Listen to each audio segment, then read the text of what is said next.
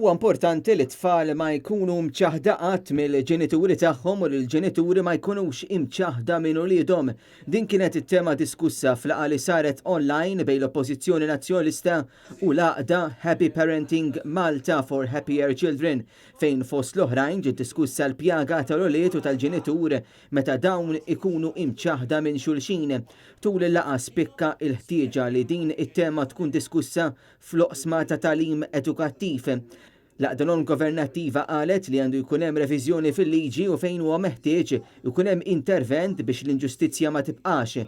Infatti intqal li tfal li qed ikunu aljenati u mċaħda minn wieħed mill-ġenituri tagħhom huma vittmi ta' abbuż.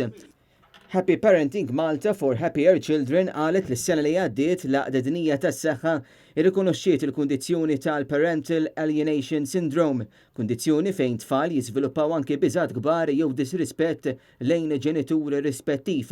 Il-kap tal-Partit Nazzjonalista Adrian Delija min-naħa tiegħu qal li l-Oppożizzjoni permezz tal-proposti u l-ħidma tagħha diġà rnexxielha tbiddel u timplementa numru ta' liġijiet.